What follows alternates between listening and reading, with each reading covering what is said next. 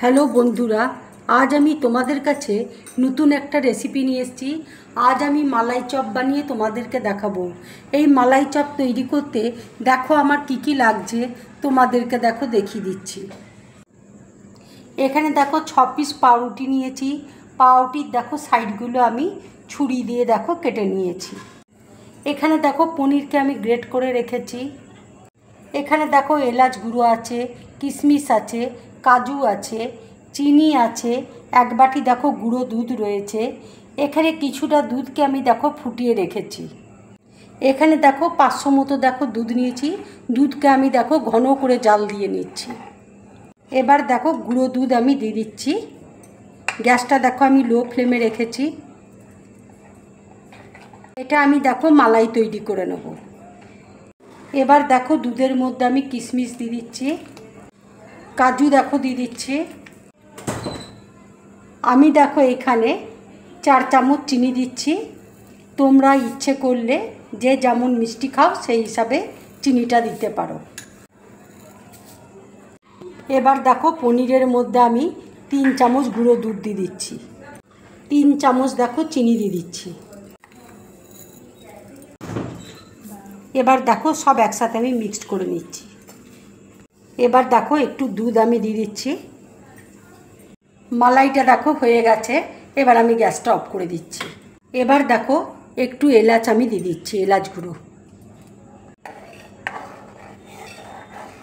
গ্যাসের মধ্যে দেখো কড়াই বসিয়েছি। কড়াইটা দেখো গরম হয়ে গেছে। এবার আমি পনিরটা দেখো দিয়ে দিচ্ছি।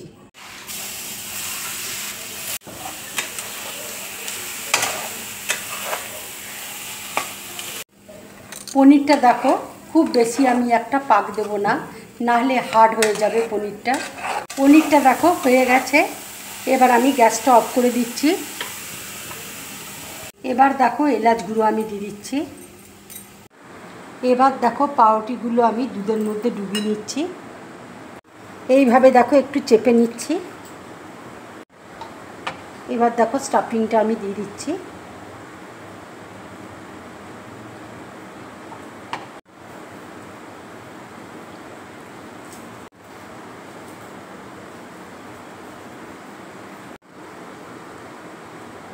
এবার দেখো হাতে করে আমি একটু চেপে দিচ্ছি।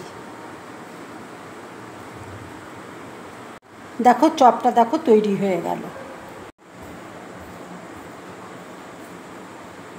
আর একটা দেখো তোমাদেরকে দেখিয়ে দিচ্ছি। এইভাবে হাতে করে দেখো চেপে নিচ্ছি। স্টাফিং দেখো দিয়ে দিলাম। এবার দেখো 2 হাতে চেপে আমি একটু চপের মতন দেখো তৈরি করে নিচ্ছি। এবার দেখো এইভাবে আমি একটু চেপে দিচ্ছি, ঠিক চপের মতন দেখো তৈরি করে নিচ্ছি। চপগুলো দেখো সব রেডি হয়ে গেছে। এবার দেখো মালাইটা আমি দিয়ে দিচ্ছি।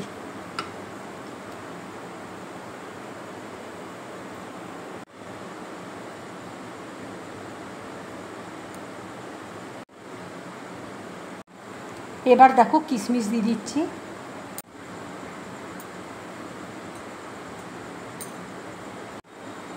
এবার দেখো কাজু দিয়ে দিচ্ছি।